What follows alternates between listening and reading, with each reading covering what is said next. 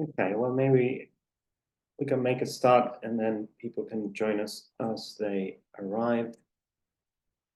So thank you everybody for coming and welcome. My name, for those of you that don't know me, is Martin Savransky. I am reader in social and environmental thought at the University of Bath. And I have the really immense privilege of chairing this session, which, as you probably know, is the final event of the Animal Scale series that my friend Mariam Motamedi-Fraser has been organizing with the support of UCL Anthropocene for over a year now, I think.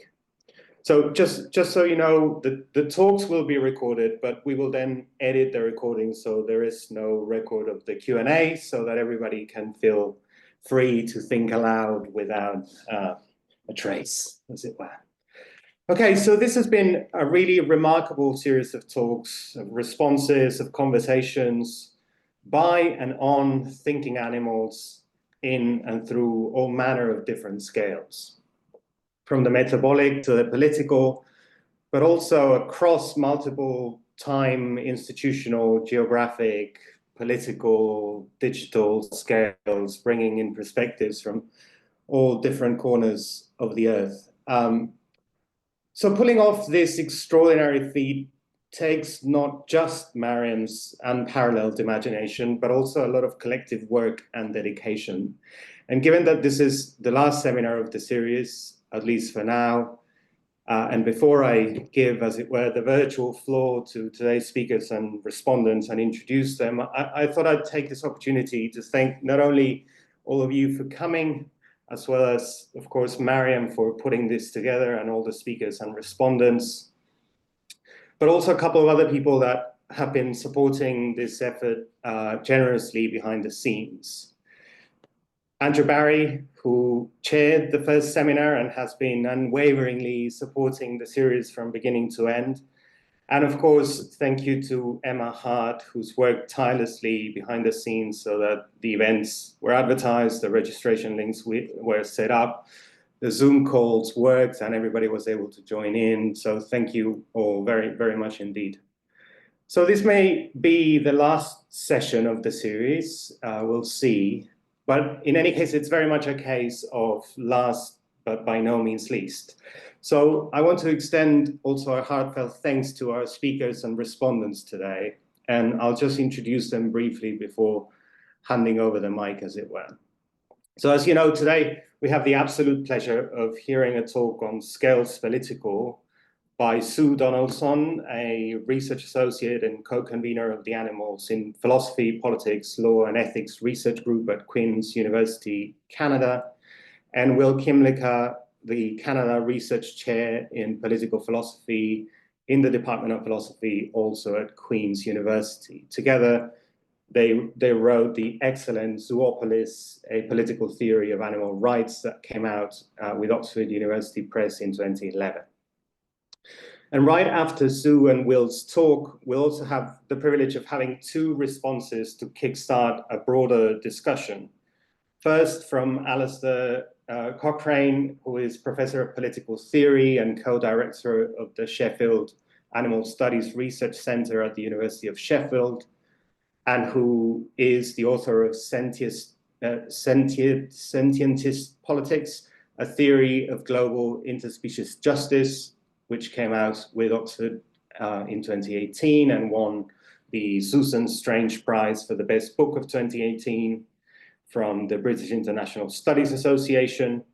And finally, from Eva Meijer, a philosopher, visual artist, writer, singer-songwriter, and currently postdoctoral researcher at the University of Amsterdam, and a member of the Multi-Species Collective.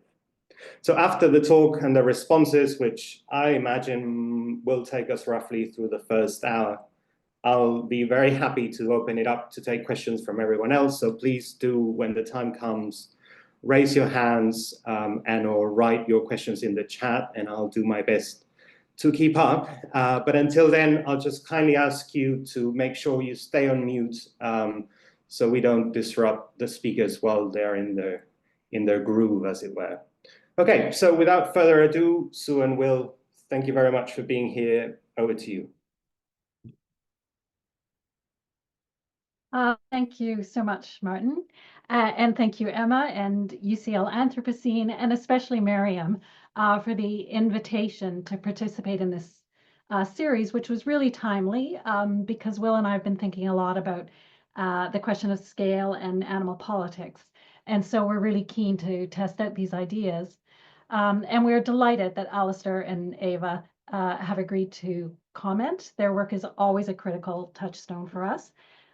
So we very much look forward to their remarks and to the ensuing discussion with all of you. So thank you all for being here.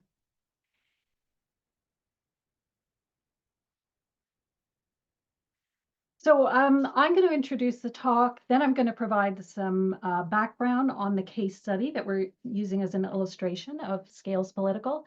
And at that point, I'm going to turn things over to Will to lay out some of the details of our position.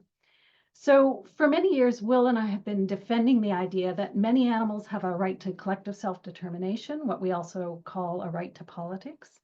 And other theorists have defended the importance of engaging in politics on behalf of animals, humans speaking for animals and taking their interests into consideration, and that's essential. But we argue that it is also critical to make space for collective political agency by animals themselves. And that this is vital to overcoming their ongoing oppression and domination. This is a controversial position. Our colleagues in the field of animal ethics are often skeptical that a right to collective self-determination is meaningful or possible for animals, or indeed even owed to them. But for today's paper, we are largely assuming, not defending, these foundational claims that many animals are collectively self-determining and that justice requires recognizing their right to politics. So instead, our task today is to explore the question of how such rights to collective self-determination might be realized at the political institutional level. And we're drawing on both Indigenous and Western traditions of in-place or grounded politics and political authority to shed light on the scales of animal politics. So what does it mean to say animals engage in politics? Politics, in our view, involves actively and purposefully managing the challenges and benefits of group living. Politics is about how individuals who live together collectively discover, shape, and govern the life of the group and its relationships with other groups through things like cooperation, socialization and acculturation, collective decision-making, conflict resolution, and so on. Many animal groups are social and political in this sense. Their group life isn't just an unfolding of automatic, associative, or instinctive processes. It is the active accomplishment of members who are oriented to one another and acting together. So social in Weber's sense. And importantly, many of these communities answer what Bernard Williams called the first question of politics. That is, confronted with the inevitable challenges and conflicts that arise amongst groups of minded social individuals, they are able to establish relatively peaceful, secure, and cooperative group life in ways that are seen as legitimate by their members. So our starting assumption is that in dealings with animals, humans need to make room for politics by animals in this particular sense, and also learn how to do politics with animals in this sense. So if animals have a right to politics, what are the relevant scales of animal politics? Where do animals do politics? And where can humans and animals do politics together? Answering this question requires shifting our focus away from the usual scales of animal ethics. A lot of theoretical work on animals has focused on the moral standing of animals as individuals, or alternatively on the protection of animals qua constituents of ecosystems and species and other biological categories. But politics does not occur at either the individual or species level. Rather, in the first instance, it emerges at the level of animal communities or societies, herds, flocks, pods, and so on, above the level of the individual, but below and different from the level of species. So this is the crucial scale for thinking about how animal social groups or communities cooperate, coordinate, make collective decisions, both about their internal affairs and about how they will relate to other groups. So one question to ask about the scales of animal politics relates to the kinds of communities or societies animals belong to, how these communal scales shape and enable their forms of life, collective agency, culture, and cooperation, as well as the kinds of collective decisions these groups need, the decisions they need to make and how. Many social animals, it should be noted, belong to multi-level forms of community with wider or narrower functions and intensities of social connection, interdependency, cooperation. For example, orcas belong to nested layers of community from extended family to the pod to the clan.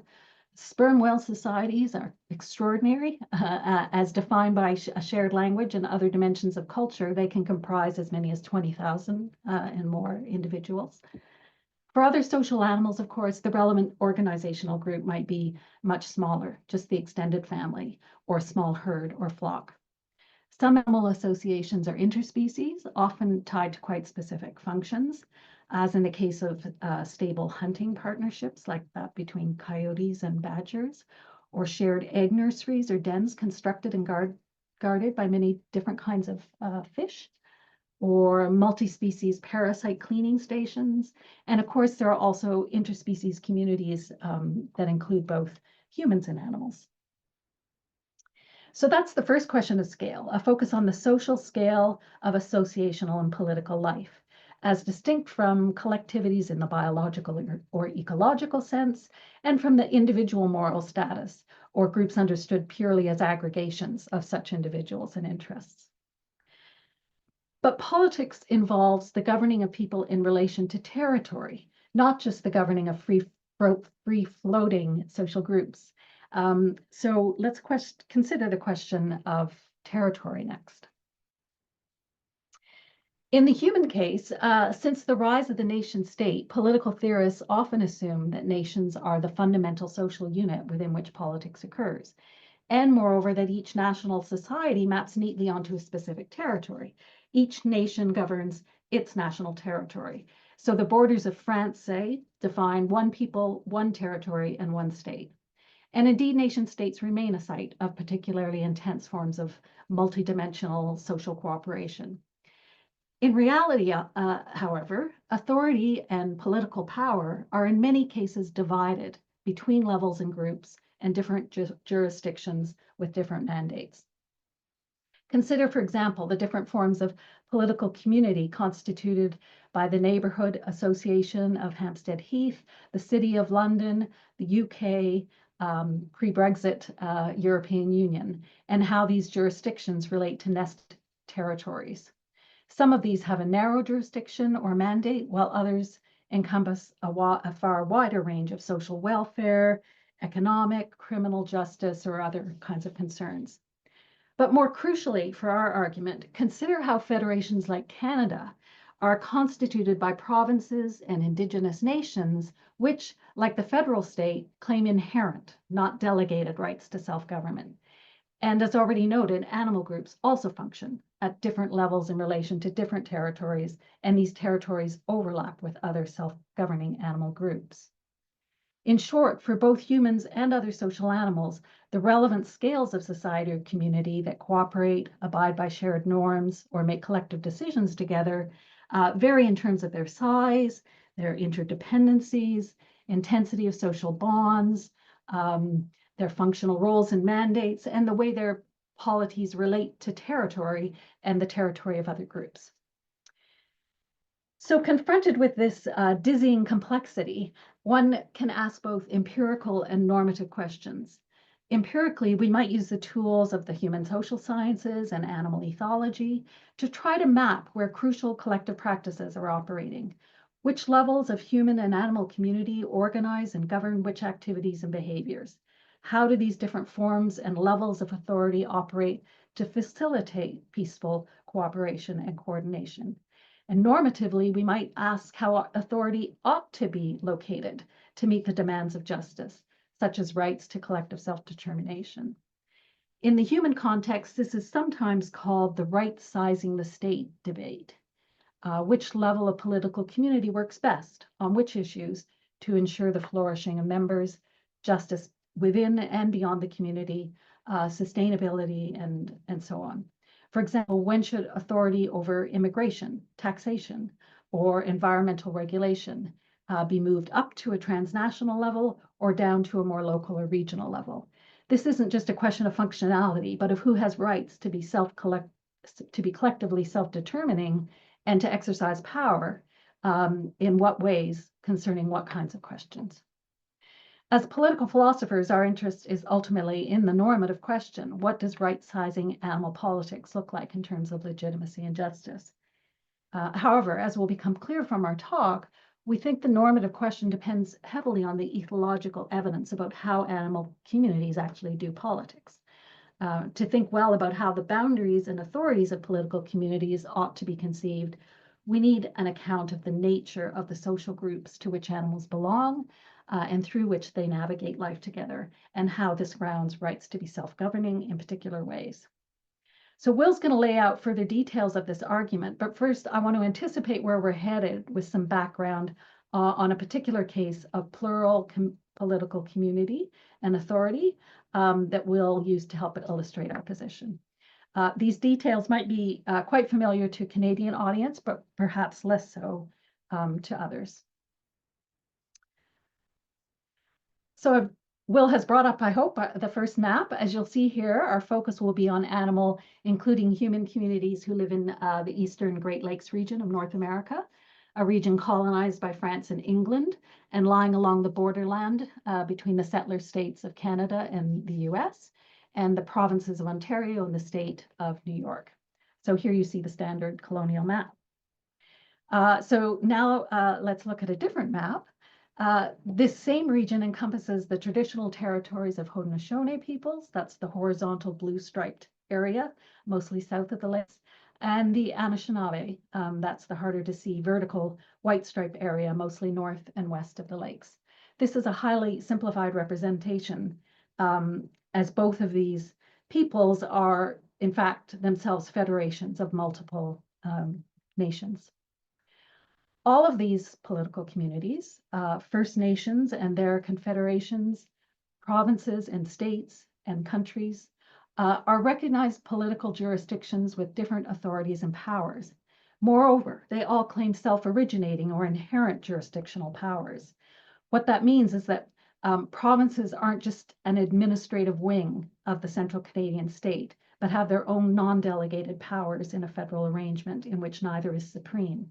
And indigenous nations have never ceded their inherent rights to self-government and territorial jurisdiction.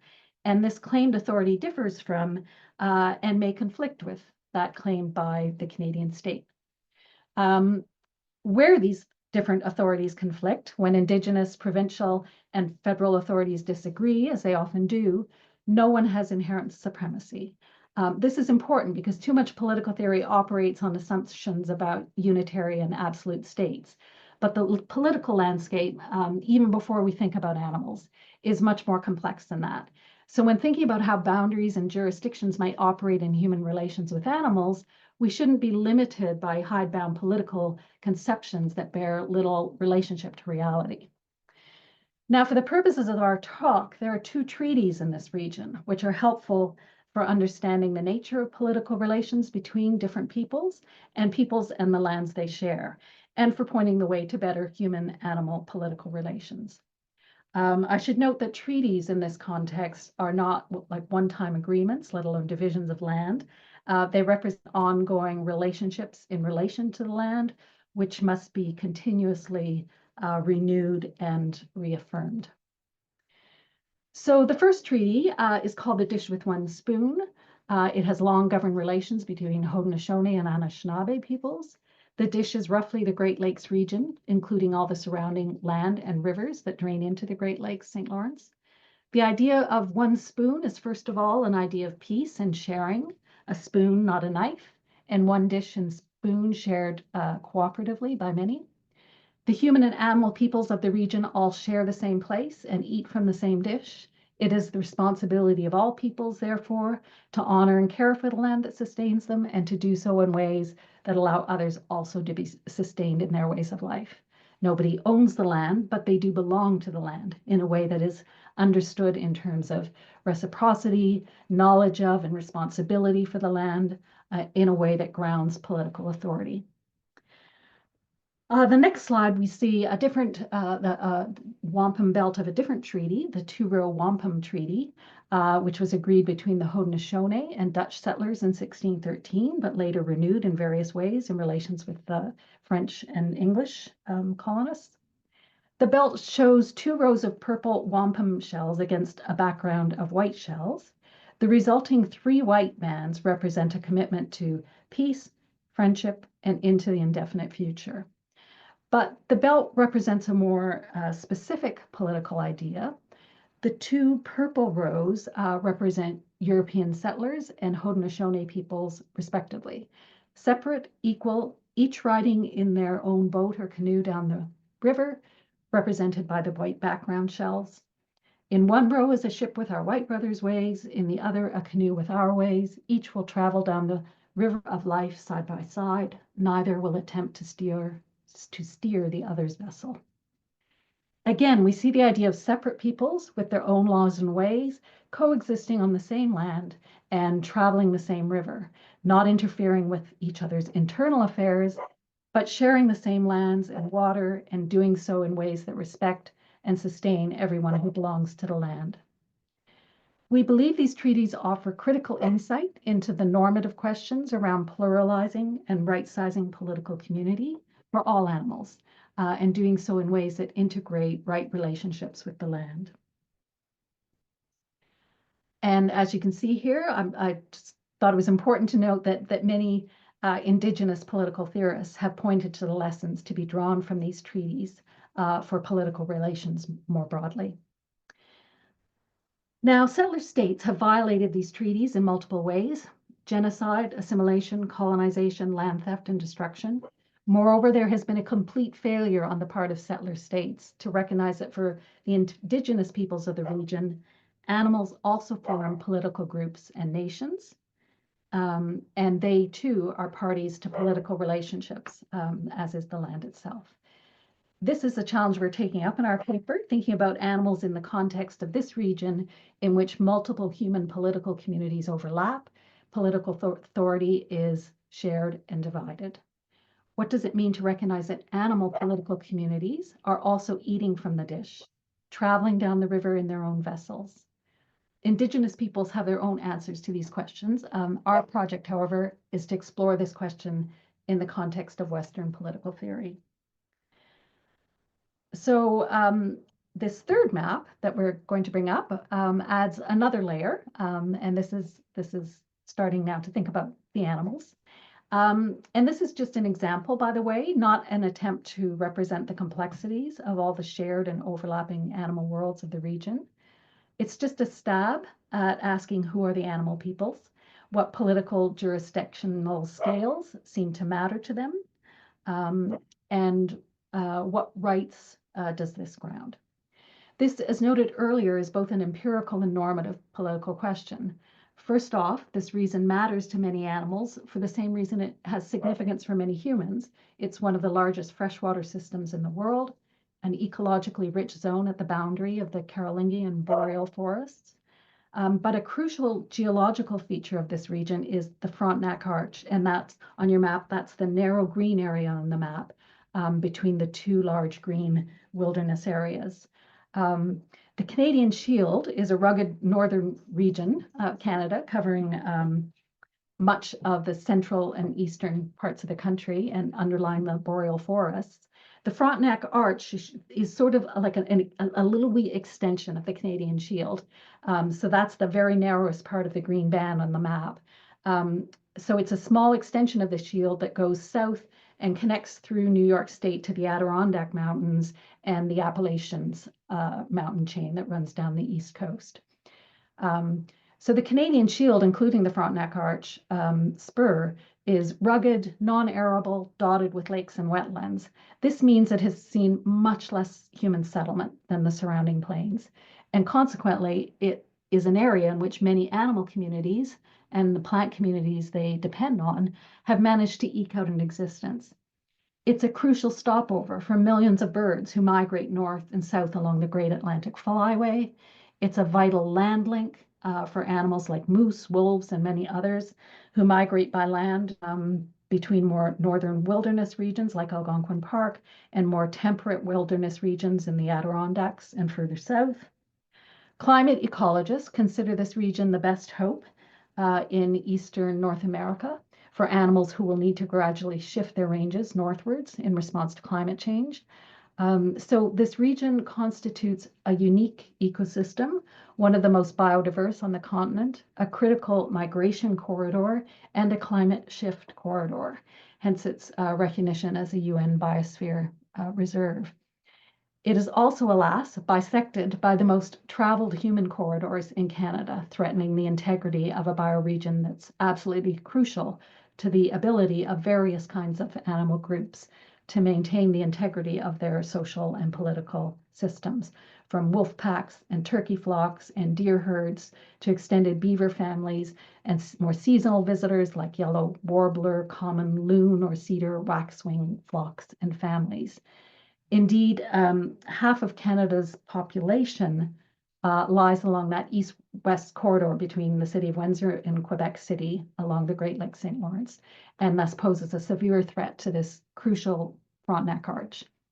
So in other words, the Frontenac Arch is a scale, ecological, geological, social, and political, that matters to many animal communities and will continue to matter even more so into the future, matters to their collective agencies and their ways of life. Its preservation is critical to ensuring peace and good relations into the indefinite future. And this means that some kinds of decision power that are currently claimed by other scales of political association need to be invested differently in a political community constituted by the residents of this region. That's the challenge. So how can we think about doing politics at this kind of scale, the scale of multiple people and polities who live in a place, depend on it, and take care of it? And here I turn things over to Will.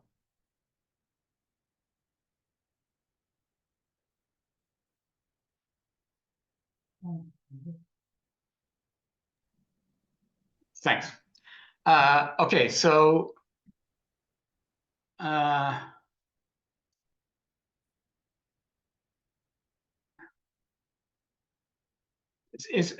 does everyone still see the share screen?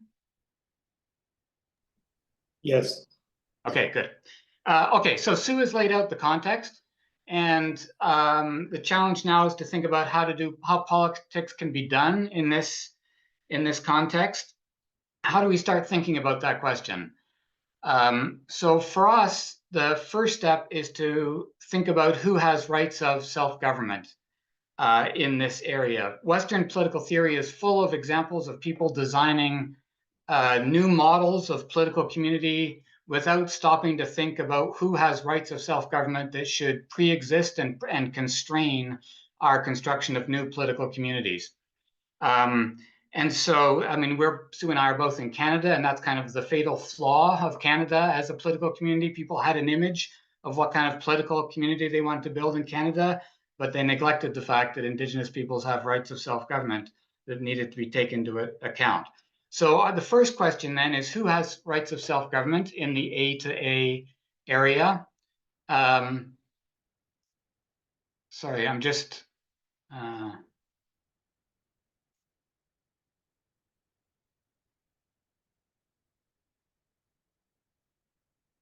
So is that now the next screen? Okay. So who has rights of self-government? So we've already mentioned that there are human societies with rights of self-government, settler societies, Indigenous societies, but we also think that there are animal societies that have rights of self-government. That's a more controversial claim, both amongst political theorists and amongst many animal advocates. And one way to explain why it's controversial is that, at least within normative political theory, the idea of politics is itself a normative idea that's different from any and all forms of the exercise of power. So if you think about, a tyrant, a dictator, think about Stalin or Pol Pot, they certainly exercised power, but for political theorists, that's not actually politics, that's just violence. Politics only emerges, politics only becomes possible when people renounce violence, war, slavery, and instead agreed to negotiate their disagreements peacefully. And so politics in that sense is actually an accomplishment. It's an achievement. And it's always a fragile achievement. There's always the risk that politics will revert back to violence. So if you think about what's going on in Syria right at this moment, in real time, Syria is right on the knife's edge, and it's unclear whether they're going to have politics or going to revert back to violence. So in political theory, this idea of politics, it's a particular way of making, of acting collectively that's, as I say, renounces violence. And some people say that animals just aren't capable of politics in this normative sense. All they have is tyranny or violence. And in fact, that's the way I was raised as a child. I was taught that animal communities have dominance hierarchies. They have an alpha male who rules through intimidation and coercion over everyone else who's just intimidated. And so Frans de Waal calls this the idea of rule by bullies. And as de Waal noted, for a long period of time, this was the background assumption people had, even scientists had, about how animal political communities operate. But it's become clear, there's been this revolution in animal ethology. We've learned so much more over the last 50 years about many different aspects of animal life, about animal emotions, cognition. For us as political theorists, the most interesting finding from this animal ethology is that animals do politics in the normative sense, that they negotiate their disagreements, they search for consensus, they divide powers, they diffuse powers. There isn't a single alpha male who dominates everything. Power is often dispersed amongst different individuals within a group on different issues. And when there are disagreements, they have practices for reconciling differences, for remedying conflict, with the result that, in many cases, decisions are made with a certain degree of legitimacy amongst their members, rather than simply as a result of tyranny.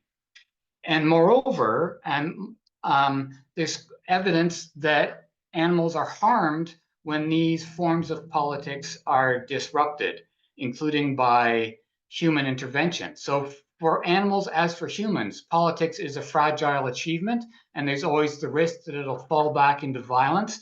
And one case that many of you may be familiar with is that when humans hunted elder elephants, it broke down their forms of collective decision-making, with the result that the younger elephants went rogue, and there was this massive increase in violence within the elephant herd and with other animals and humans in the area. And so for elephants, as for humans, politics is a normative achievement which can be disrupted by human intervention. So in our view, many animal communities have, to go back to Bernard Williams, they've solved the first question of politics. They found a way of negotiating their disagreements and coming to a way of making collective decisions that is peaceful rather than tyranny or bullies, and therefore they have a right to politics.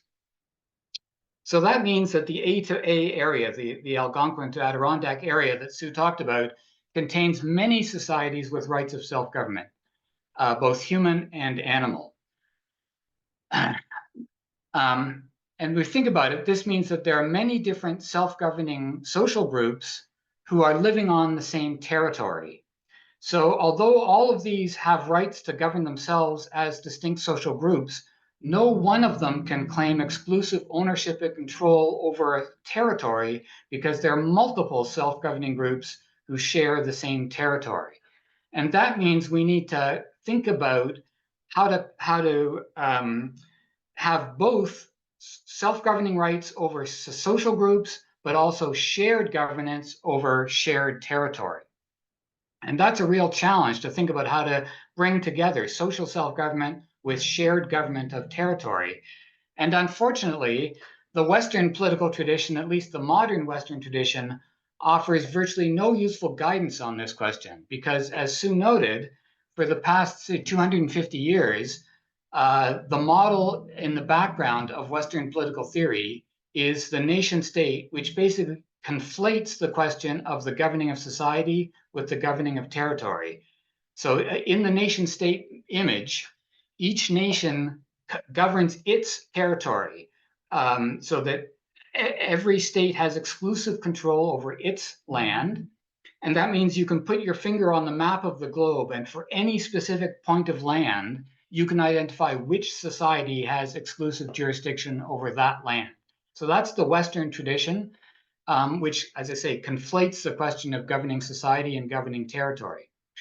But fortunately, that's not true about many other traditions around the world, which have recognized the need to distinguish practices of social self-government, the governing of societies, from the question of the shared governing of territory.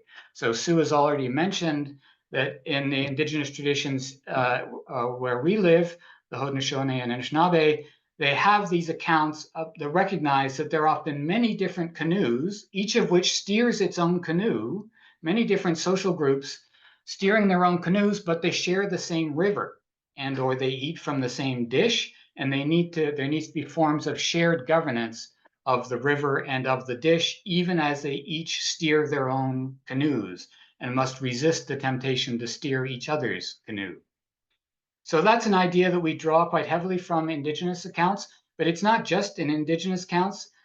This idea that we need to supplement social self-government with territorial shared governance is popping up in a variety of different contexts. And let me just mention one other, which is ideas of the commons. So talk about the commons has become quite fashionable in many different debates and literatures, but it actually means quite different things in these different literatures. And so for our purposes, I want to distinguish two very different ideas of the commons, because they might confuse the discussion. One vision of the commons that many people might have is, you think about a kind of medieval English village which had a village green or had some common fields. And in that context, there is still the one-to-one correlation between the social group and the territory. Like, it's a single village which has the same language, the same religion, the same legal order. And one feature of that homogeneous social community is that they have commons, which was then, parceled up and privatized. But in that context, the medieval English village, social self-governance and the governance of the commons were the same thing. And so that concept of the commons is not actually the one we're drawing on. We're drawing on a completely different conception of the commons, which actually emerged primarily in developmental economics, like the work of Elinor Ostrom. And here the thought is that we need an idea of the commons in context where you have multiple social groups, often speaking different languages, different religions, different legal orders. They may indeed have different and incommensurable ways of living, but they need access to the same physical territory. So the classic case in the literature is both pastoralists versus sedentary farmers. So completely different kinds of society, and they have no desire to form a common society together. And they have different and often incommensurable needs in relation to certain water holes or mobility paths.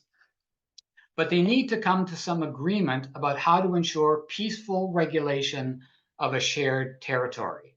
And so one way people talk about it is we need the commons when there is the uncommons. It's because pastoralists and farmers are so uncommon that we need to develop a distinctive mechanism for governing the shared territory, which is fundamentally different from the mechanisms by which each of them govern themselves as societies. We need a different mechanism for shared governance of the territory, precisely because they are so uncommon with respect to their schemes of social cooperation. Okay, as I said, there are other examples we draw from, but there's growing recognition across a variety of disciplines and literatures that we need to supplement the traditional idea of politics as a matter of societies governing themselves we need to supplement that with the idea of a place-based politics that's about the shared governance of territory. This trend towards emphasizing the need for place-based politics is picking up steam, and we think it's a good thing. But some people want to go all the way and argue that, in fact, that's all we need is place-based politics, and we should actually get rid of the old idea that politics should be based around shared societies and shared schemes of social cooperation. So this is a feature of some ecological political theory or green political theory, is that we should basically get rid of nation states and get rid of other ways of thinking about politics that's built around the idea of a shared society, and instead just have politics that's defined by ecological boundaries, place-based bioregions. So Eleanor Christ and others have made this argument. So on our view, that's a mistake. We need both social self-government and shared governance of place because they serve different functions. So these place-based polities, like the uncommons commons, typically have a relatively narrow mandate or jurisdiction. They're fundamentally conservative in the literal sense about conserving into the future the dish from which people can eat. It's about sustainable stewardship of the lands or the waters so that all inhabitants can eat from that dish into the future. Whereas societal politics have broader tasks, including things like social welfare, what's a fair distribution of the benefits and burdens of schemes of social cooperation, and also world making. It's through social politics that people steer the direction of their society into the future. It's a much more constructive and world building task that societal politics serves. So in our view, we need both societal politics and place-based politics. And just for the sake of clarity or simplicity, when people are members of societal politics, we call that citizenship, and their membership in place-based politics, we call that denizenship. Okay, so in this A to A, we have a whole plurality of social polities, social groups who have rights of social self-government, and we have shared territory. And we have the need for place-based politics. So now how do we figure out who belongs to which of these many different kinds of political communities? So one way to think about this is, when are humans and animals, are they in the same canoe? Are they in different canoes but on the same river? Or are they in fact on different rivers? Like, when are we part of the same community? When are we a part of the same social community? When are we part of the same place-based community? When are we in fact not part of the same community at all? So our answer is that it depends on the nature of the social and territorial entanglement between humans and animals. So in our earlier work and in this paper as well, we think it's useful to distinguish three broad patterns of entanglement. So some animals, and here classically we're thinking about domesticated animals, on our view, they are members with us of social polities. They share the same society as humans. So they are co-citizens of a societal polity, if you like. They're in the same canoe with us, and they therefore have the right to steer that social canoe. And in earlier work, Sue and I have done a lot of work at trying to figure out how domesticated animals can, in fact, help to steer the canoe that they share with humans. And we've, for example, looked at farmed animal sanctuaries as kind of microsites that might be a kind of prototype of how humans and domesticated animals could learn how to co-govern a shared scheme of social cooperation. So that's one pattern. Then there are other animals who are not domesticated. They haven't been brought into our shared scheme of social cooperation with humans. So they're not in our social canoe, but they do share the same territory with us. So we call these liminal animals. So this is, classically urban wildlife, but it's not just urban. We can also think about the wild animals who live in areas of human farming, for example. So areas of human development and settlement.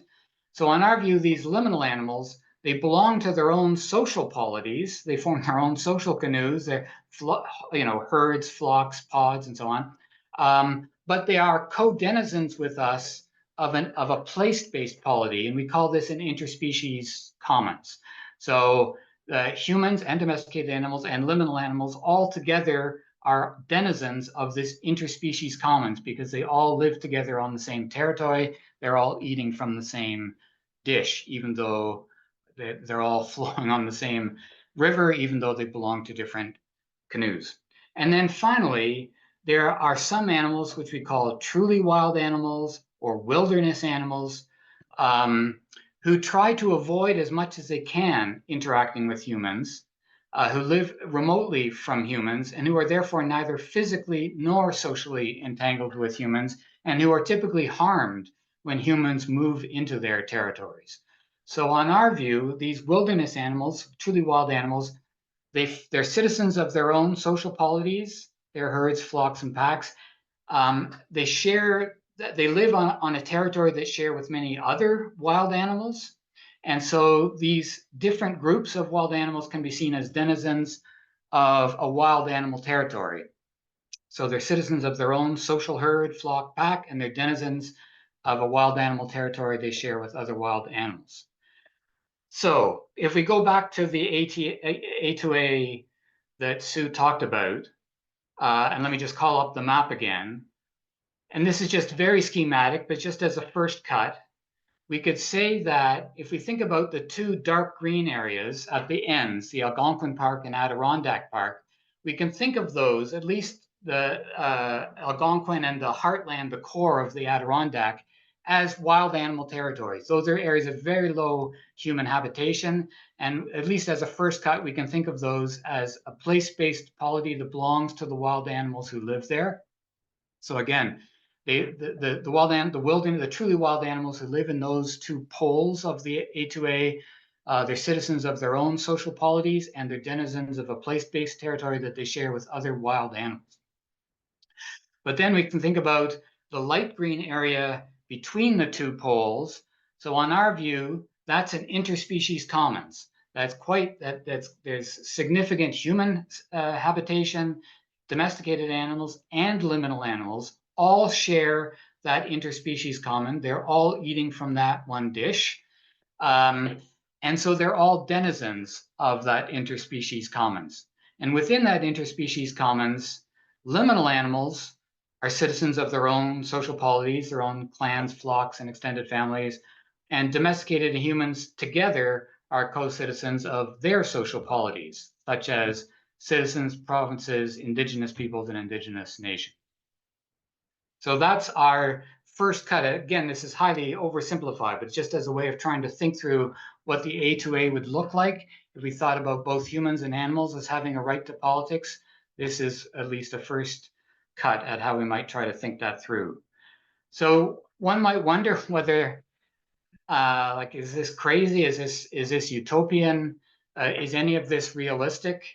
So we're not naive, and we don't think that it's likely that existing nation states are going to explicitly adopt this model about animals' right to politics and institutionalize it all at once, top down. That's not going to happen.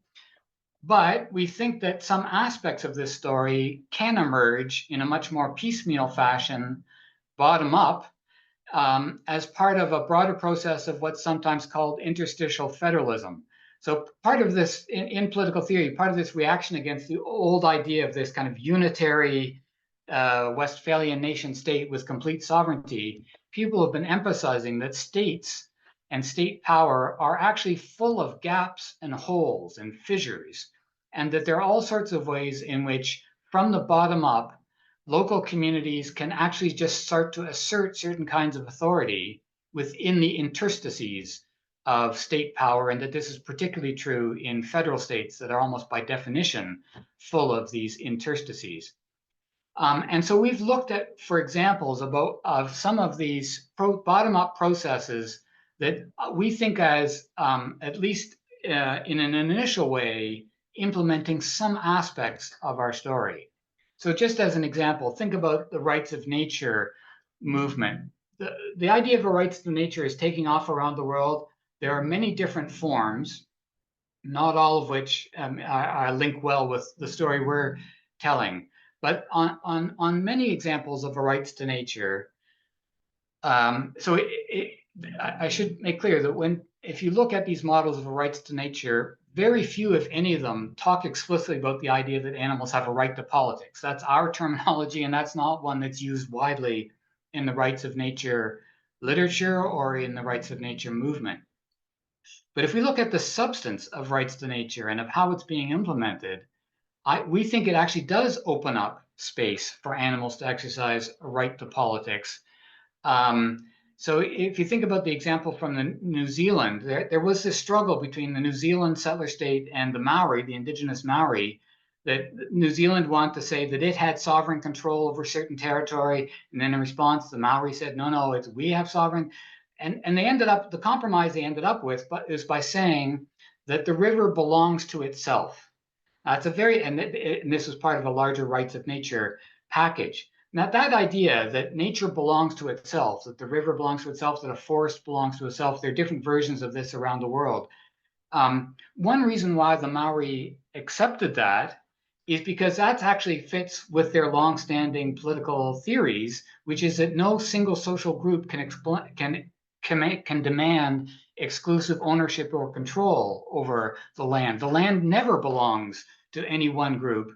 It's rather belongs to all the peoples, human and animal groups that live on the land. And so the idea of returning the land to itself, that the land belongs to itself, it actually de facto is a way of instantiating those ideas that Sue was talking about earlier, about the wampum and the tura wampum, or about the dish with one spoon. It's a way of creating space for wild animals to exercise a right to politics. And we can see versions of that in the growing trend towards establishing conservation lands. So these could be state conservation lands or private conservation lands. These can also be sites for animals to exercise a right to politics. Or here in the North American context, there's a lot of talk about land back to indigenous peoples. But again, if we think about through the mechanics of what land back looks like, this often takes the form not of returning private ownership or sovereign control over a particular piece of territory, but rather thinking about that land as the dish from which many people are eating with the one spoon. And so our hope is that those of us who care about animals and animals' right to politics can be part of these conversations rather than trying to think about how we can implement these ideas top down. We can instead think about how these ideas can contribute to ongoing processes that are work to rethink the ways in which humans relate to the land and to other animals. And we think that the idea of an animal's right to politics can actually have something useful to say about these processes. It's still, one might think, still pretty utopian or unrealistic. And I would just end by saying that it may be utopian in some respects, but from our point of view, what is truly utopian, what's truly a fantasy, is the idea that we can just continue the status quo. So the old model of the unitary sovereign nation state, one state, one people, one land, it has led us to the brink of catastrophe and extinction. So we all, I think everyone realizes we need new forms of politics. And our hope is that these ideas of animals' right to politics can help us think through those challenges. So that's it. Thank you very much. Look forward to your questions and comments. Thank you so much, Will and Sue, for a really fantastic paper. I'll now give the word to Alasdair.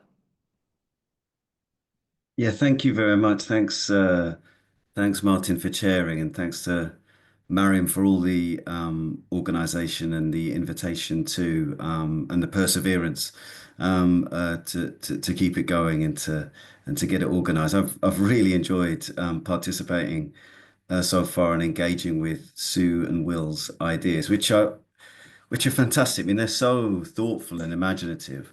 It's such an interesting way to think about the relevant scales for our political relationships with animals, and indeed for their political relationships with each other. And it's really great to emphasize that.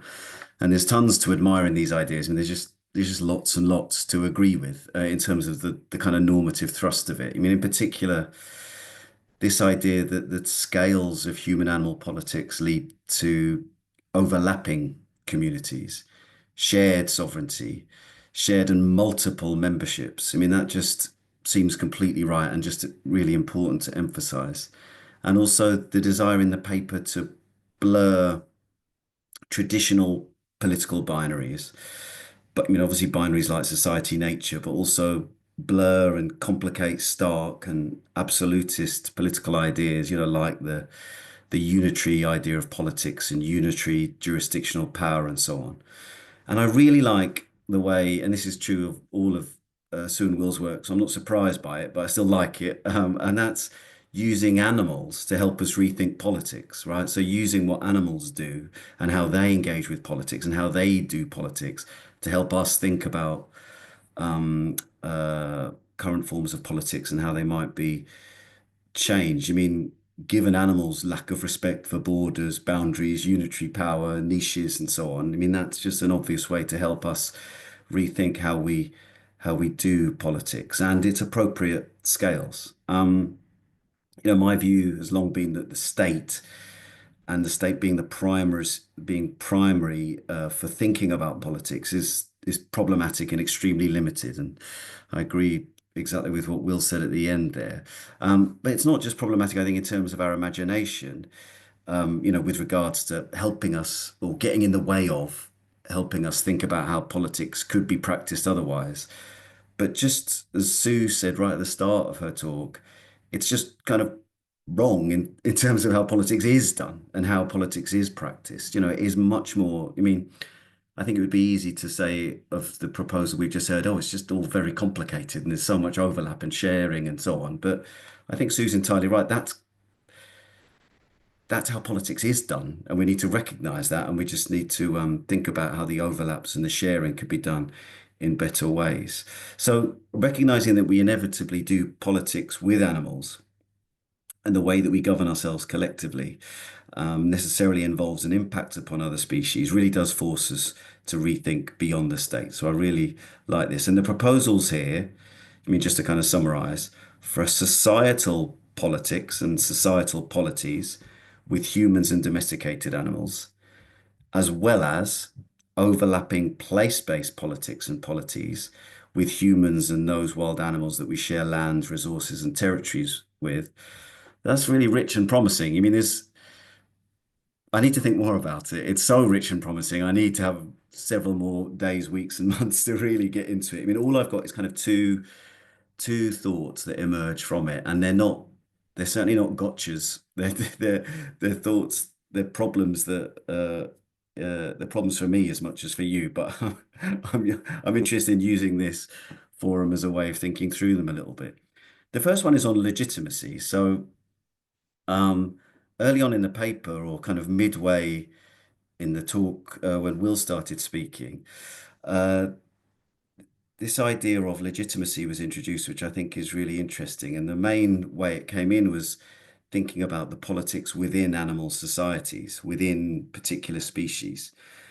And the paper endorses the idea from Bernard Williams that the first problem of politics is creating peace and order. So opposed to the kind of more lofty utopian visions of securing justice, that's the first problem.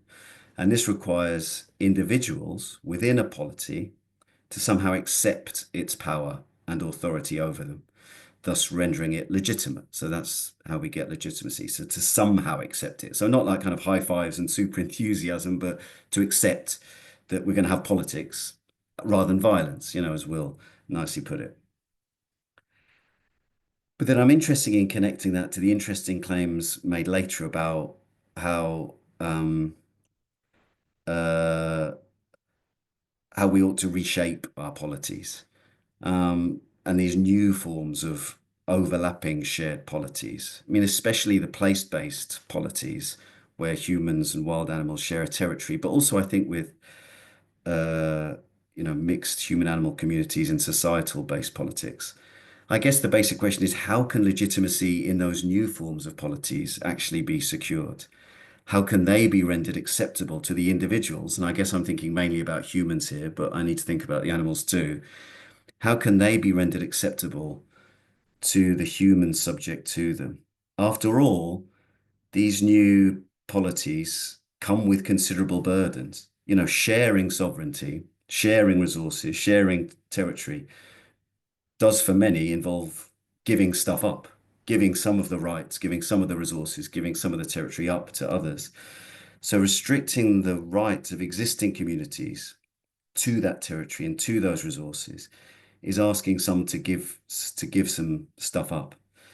And I do, worry, or I wonder whether the burdens, these costs, might fall hardest on those communities, like rural ones, like coastal ones, perhaps even like indigenous ones, who are most dependent upon the land and indeed its resources.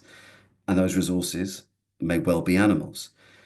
So those communities who depend on animals indeed as material resources, whether through hunting, fishing, and so on, for their sustenance, for their livelihoods, and for their ways of life. So how can we get those individuals to accept these new forms of authority? And therefore, how can we render these new polities legitimate? Can we answer the first question of politics for these new forms of polities? That's a puzzle. It's a problem. I don't have the answer to that. Like I said, I think it's a problem for us all. But I think I'd be interested to hear yours and others' views on it. And that leads me to a kind of second point, which is going back to Sue's discussion about the question of scales. And I think it's really interesting to distinguish animal politics from animal ethics via the use of scales. They operate on different scales. So animal ethics is mainly about the individual scale, the rights and duties of individual beings. Animal politics, on the other hand, arises within and across social groups. I think that's really interesting, and I think seems largely correct to me.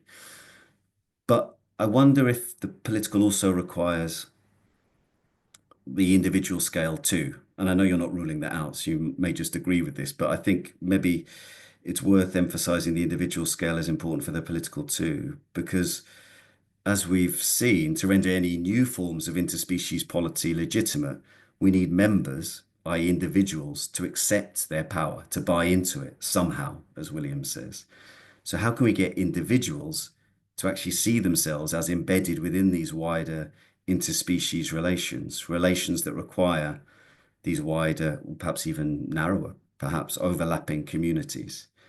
So these individual attitudes and behaviors need to complement institutional collective efforts to create these legitimate societies or legitimate polities. So old questions of animal ethics and indeed environmental ethics seem to arise. What's the appropriate attitude for us as individuals to have towards the non-human world? What's the appropriate attitude of respect for non-humans? What are our personal moral obligations as a result of that? And those questions do seem crucial for the instantiation and maintenance of these new societal and place-based polities. They seem absolutely integral, in fact. Now, of course, I'm not saying the social is irrelevant here. The social is, of course, crucial, because these individual transformations are about relations to social groups around us. And of course, those individual attitudes are shaped and influenced by the society and indeed institutions around us. But it does seem to me that if we take that first question of politics seriously, and I think you're right that we ought to, how to have polities that are accepted by members, how to have these new societal and place-based polities does require also, I think, thinking about the individual scale too. Okay, that's it. Thank you very much. Thank you so much, Alasdair. Sue, Will, would you like to come back now, or shall we move to Eva first and then you respond? Yeah, why don't we take both commentaries first? Okay, cool. Then Eva, over to you. Thank you, Martin. Thank you also for chairing, and thanks to Emma for arranging everything. A big thank you to Mariam for inviting me here today to respond. And of course, the biggest thank you is for Sue and Will, because I'm always very happy to read new work of yours. It's a bit like a new record coming out by a musician that you really like. It's like, oh, what are they doing this time? You know, what's the style and what's the content? And I very vividly remember reading Zoopolis as a master's student, and for me it has been a very influential work, and also very moving because of your commitment to taking other animals seriously. And I had not read a lot of work that did that in that way. And I find that in the text that you send us for today as well, and in your presentation. So when I read the text, I immediately thought, yes, let's do it, go for it, you know, today better than tomorrow. But I was asked to be critical and to provide some critical comments. So that's what I will do now.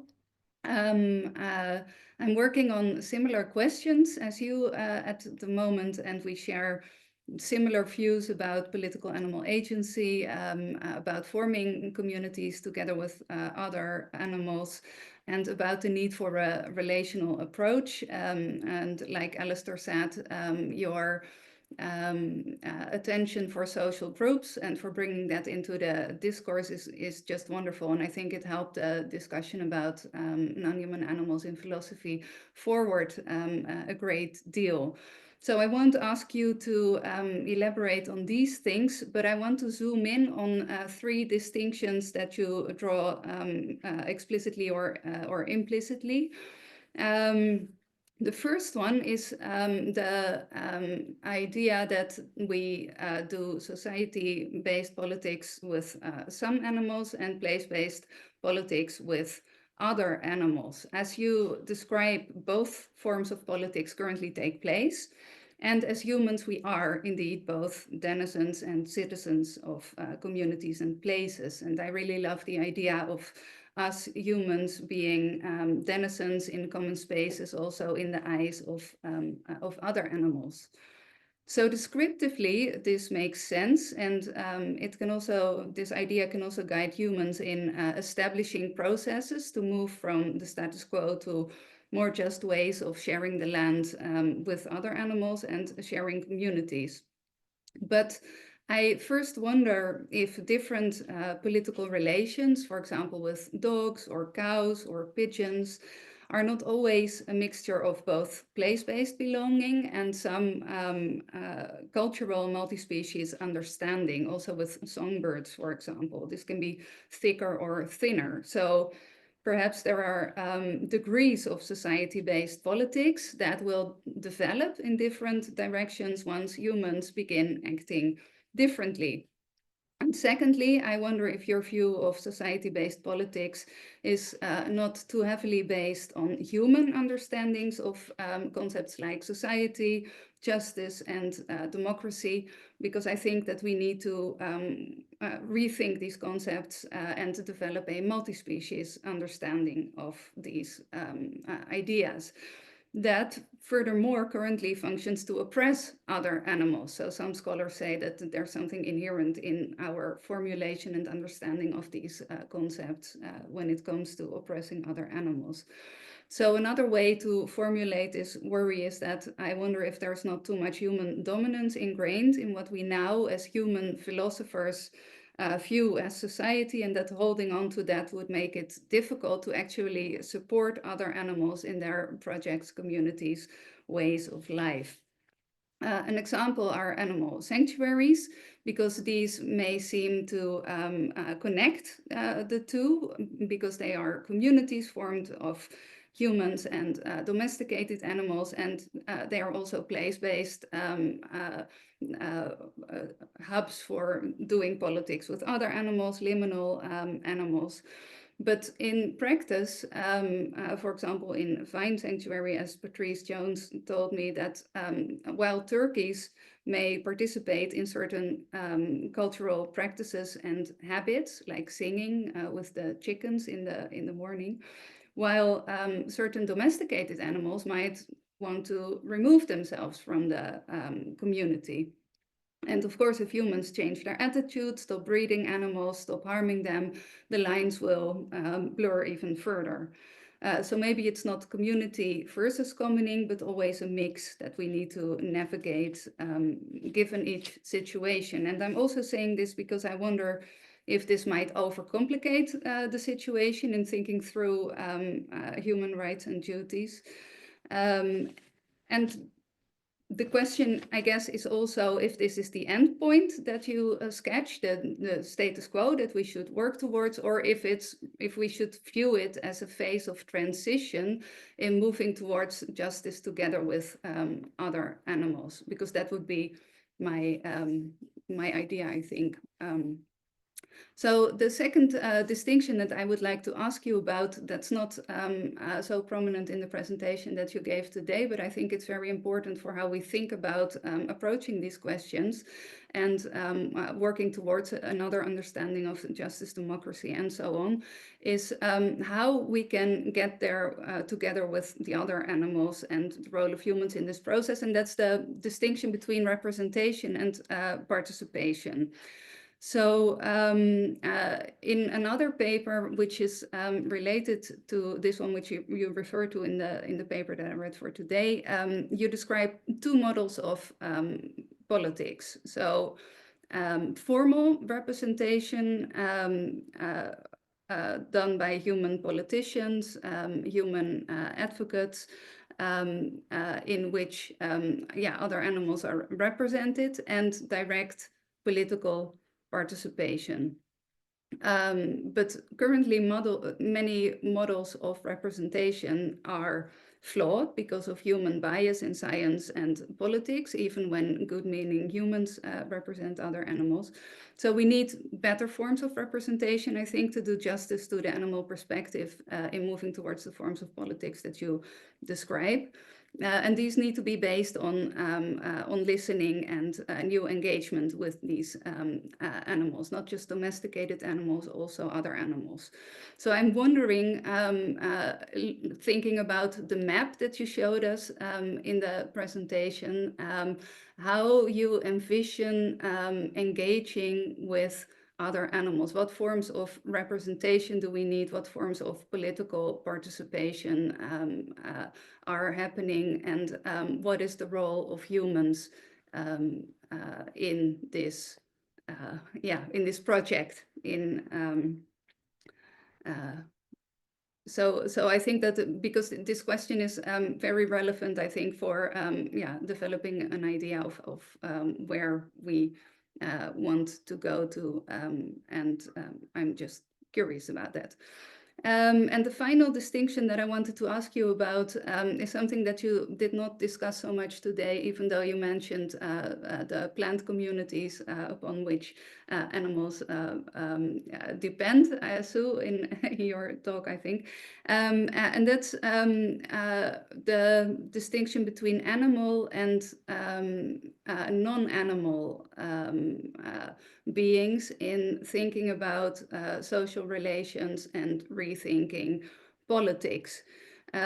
Because in a footnote in the paper, you mentioned the possibility for recognizing non-animal agents and beings as denizens following indigenous views, because you briefly mentioned the idea that animals are also seen as co-communities in certain indigenous theories, but then other beings are that too, like plants, the river itself, mountains, and so on.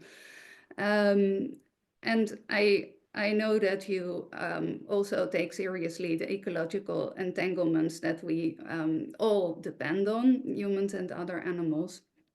And because you draw so heavily on indigenous insights as well, I wonder how you see the distinction. Do we even need to make a distinction between animal and non-animal agents, specifically in the light of new biological research about social capacities of plants and fungi and their languages and their influence on human communities and so on, in relation to our need as humans to practice epistemic humility. So I think that we should give other beings the benefit of the doubt.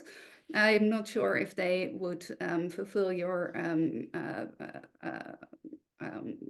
first step of politics, but maybe, we don't know. And for I think it's something that we need to take seriously, but I'm very curious to hear if you thought about this and also how you see this. Thank you. Thank you so much, Eva. So Will, over to you. Thank you both. That's wonderful. And I don't want to say a bunch of things in a way. I want to be able to think about what you've both said. But I'll maybe just reply to one point for each of you at this point. Alasdair, I think you raised absolutely this key question about how how legitimacy might be achieved within these place-based polities. And I think so. If we think specifically about that A to A corridor that we're thinking about as a place-based polity, and so the denizens of that polity would be the humans who actually live there and the animal communities who actually live there. In many ways, places like this in Canada and many other places are essentially sacrifice zones to the interests of the larger nation state. And I think that's true. So often nation states, they're balancing interests across a wide area, wide numbers of people, diverse interests, and often the ecological standing. So if we think of these place-based polities as primarily coming into being as the political community in which place is, in which duties and responsibilities to place are fulfilled. Currently they are prevented from doing so by being part of these larger political entities in which rural areas are very easy to sacrifice. And that's exactly what happens in places like the A2A corridor.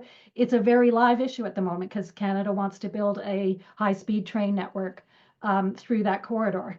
And that would be a good thing. The high-speed train network would be a good thing. But the question is, how, does that happen in a way that just sacrifices the interests of the human and animal denizens of that critical region, or do they have real powers to insist on how that happens?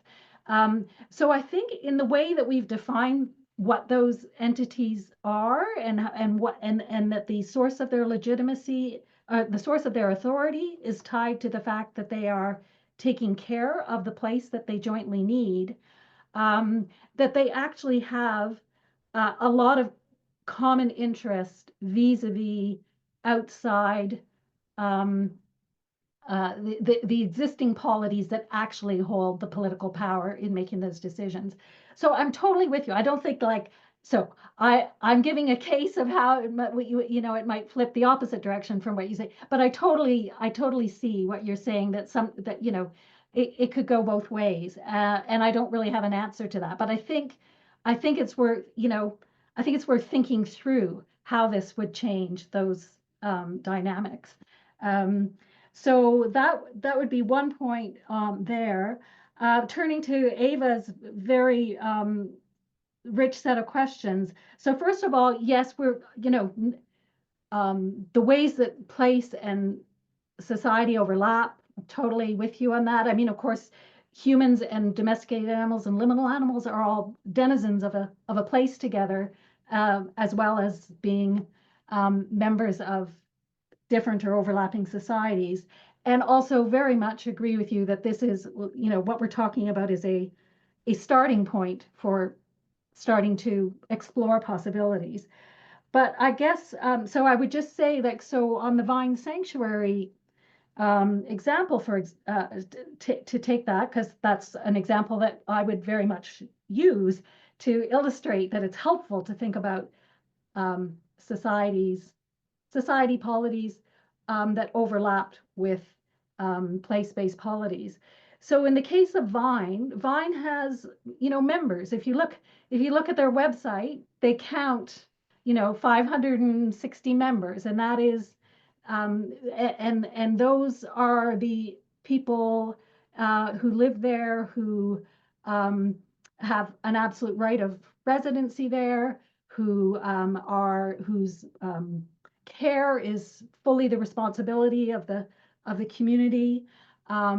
They are, in the case of psychologically damaged roosters who arrive at the sanctuary, they are socialized into the norms of that community.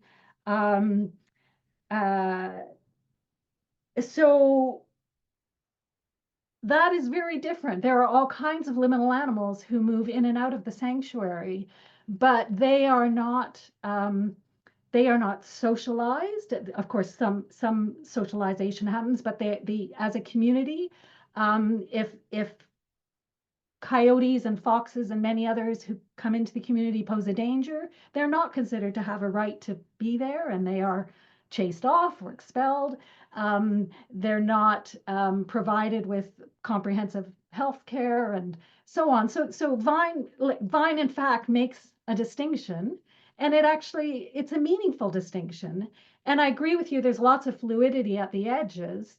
And there's every reason, just as humans in political community we have the right to change our political community. We have the right to move between communities and so on. But I think actually Vine is a nice illustration of how social and place-based polities actually overlap. And that when the Vine community is thinking about that larger place-based community, as they do, they set aside large acreages to benefit the liminal animals who come through. There are various ways in which they're very aware of and attentive to the fact that they share that place with many liminal animals. But there is I still think the distinction is helpful. And I would like to, I don't want to take up too much time though. Maybe we can come back to the plant and sociality question later, but I think I should turn over to Will and just make sure I'm not taking up too much time. Yeah, just a quick comment on each. So on Alasdair, I mean, the question of burdens is huge. So this is adapted from a book that we've just finished that's under review, and what we ended up, the question of burdens came up in every chapter in relation to virtually every argument. And we struggled about how to deal with that, and we ended up basically the final chapter is just devoted to the question of is this asking too much? And so then we distinguish there are kind of material burdens, there are psychological burdens, and then trying to think through why those burdens aren't as overwhelming as they might seem at first glance, but also, and equally important, I think emphasizing how much there are material burdens and psychological burdens with the status quo, and that there's actually, I mean, people have to be doing a lot of, in order for the status quo to keep going, people need to be doing a lot of suppressing of various forms of knowledge, various forms of empathy, various forms of social connections, and so on. And so anyway, we try in the final chapter to really tackle head on the question of burdens that we set aside throughout the rest of the chapters. On Eva's question about blurring boundaries, so all I would say about that, I agree completely with what Sue said, but I think it's always that blurring boundaries. I mean, so I should say, as Sue said, this is not the end state; it's the transition. And what humans and animals end up doing once they have these rights of politics, who knows? And some domesticated animals will exit and go feral and rewild. Some liminal animals may move in, and so that's. So anything could emerge in the future, and we're not trying to paint a picture of the end state. So we're very much thinking of this as steps in a process. But with respect to the role of boundaries in this transitional process, I just want to emphasize that it's a double-edged sword. So Eva's question starts from the worry that there might be animals like the wild turkeys at Vine who seem to be, put on the outside of some membership boundary, even though they have important and meaningful relationships with those inside the boundary. So, we can worry that there's kind of an exclusion, that the way we're drawing membership boundaries excludes an individual who we might think have claims to be inside.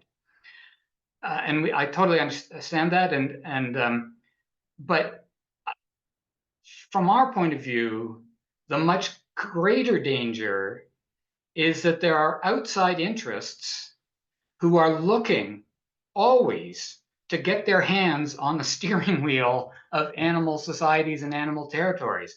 And so that there are these outside interests. They can be corporate interests, they can just be urban human dwellers who see all of these resources that are,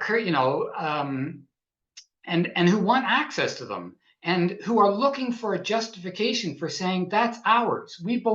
That belongs to us. And so I think it's really important to find ways of protecting communities from the omnipresent and unlimited desires of external parties. And that's true across many of these different levels, is that the more you blur boundaries, the result is not going to be that this particularly, the wild turkey is going to now be included, and we can all think that sounds good. I think that politically speaking, the net effect of blurring boundaries is that all of a sudden you're going to be having these powerful interests, powerful distant interests, finding a ground for saying we too should have our hands on the steering wheel or on the paddle of the canoe or whatever. And so I think this just seems to me a lesson of human history, that local communities are extremely vulnerable. They're often extremely vulnerable to being outbid, outvoted, outruled by powerful external interests. And that's part of the reason why we need these self-government rights. But self-government rights cannot work if there aren't ways of distinguishing members from non-members. And so, yes, the way we draw those boundaries should be, we should have humility.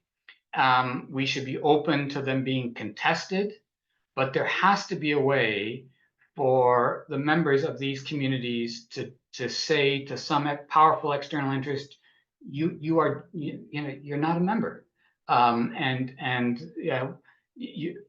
we shouldn't harm you, we shouldn't invade you, but you also don't have standing to be part of this decision for us here, and whether that's a social us or a place-based us. So I think this is a problem that we've particularly on the left, progressives, we got extremely nervous about drawing boundaries and distinguishing us versus them, and we're worried about the way that unfairly excludes. But I think we also need to be aware of the ways in which blurring boundaries can unfairly empower external interests who are always looking for ways to gain access to other communities and their lands and resources, including animals. Thanks. Thank you, the four of you, so much. This is already an incredibly thought-provoking discussion, and I have all kinds of questions bubbling up in my own mind, but my role is to chair. So I